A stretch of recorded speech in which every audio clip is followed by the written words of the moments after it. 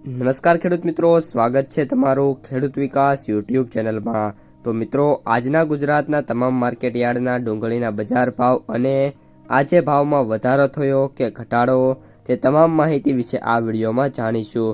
તો વિડીયોને છેલ્લે સુધી જોતા રહેજો અને હજુ સુધી તમે ખેડૂત વિકાસ યુટ્યુબ ચેનલને સબસ્ક્રાઇબ ના કરી હોય તો સબસ્ક્રાઇબ જરૂરથી કરી લેજો। સાથે જ બાજુમાં આવેલા બેલ આઇકનને પણ દબાવી દેજો, જેથી કરીને તમને દરરોજના તાજા બજાર ભાવ અને તેના વિશેની માહિતી મળતી રહે। તો આજના ડુંગળીના બજાર ભાવની વાત કરીએ તો ડુંગળીની બજારમાં તેજીને બ્રેક લાગી છે અને ભાવ ઊંચી સપાટી પર હવે સ્ટેબલ થયા છે।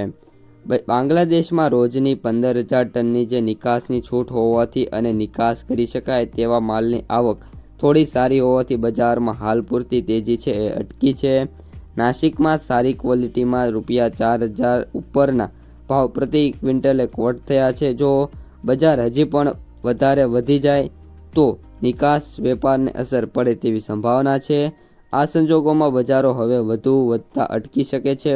વળી નવાની આવક વધવા લાગી હોવાથી બજારમાં સપ્લાય સાઇડ કોઈ કમી જોવા નથી મળી રહી।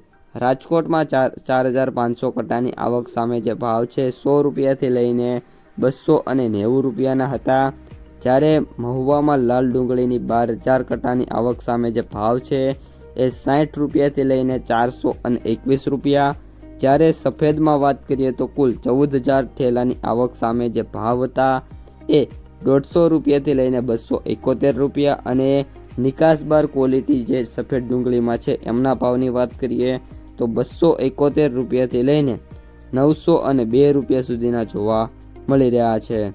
નાસિકમાં ઉનહાલ કાંદાની વાત કરીએ તો 2,400 ક્વિન્ટલની આવક જોવા મળી છે અને ભાવ ₹600થી લઈને ₹2,200 ક્વોટ થયા છે।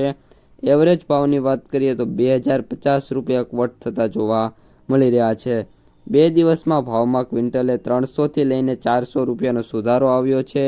લાલ કાંદાના ભાવમાં નીચામાં નીચા 700, ઉપરમાં ₹4,200 સુધીના હતા, જ્યારે એવરેજ ભાવ ₹2,500 સુધીના જોવા મળી રહ્યા છે।